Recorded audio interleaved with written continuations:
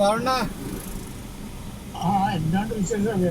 അയ്യോ വന്ന് വീടിന്റെ കുറച്ച് പണികൾ ചെയ്തോണ്ടിരിക്കുക ബാവണ്ണ. അത് മുഴുവൻ നശിച്ച് കിടക്കായിരുന്നു. നീ എന്ന് വന്നു? 4 ദിവസമായി.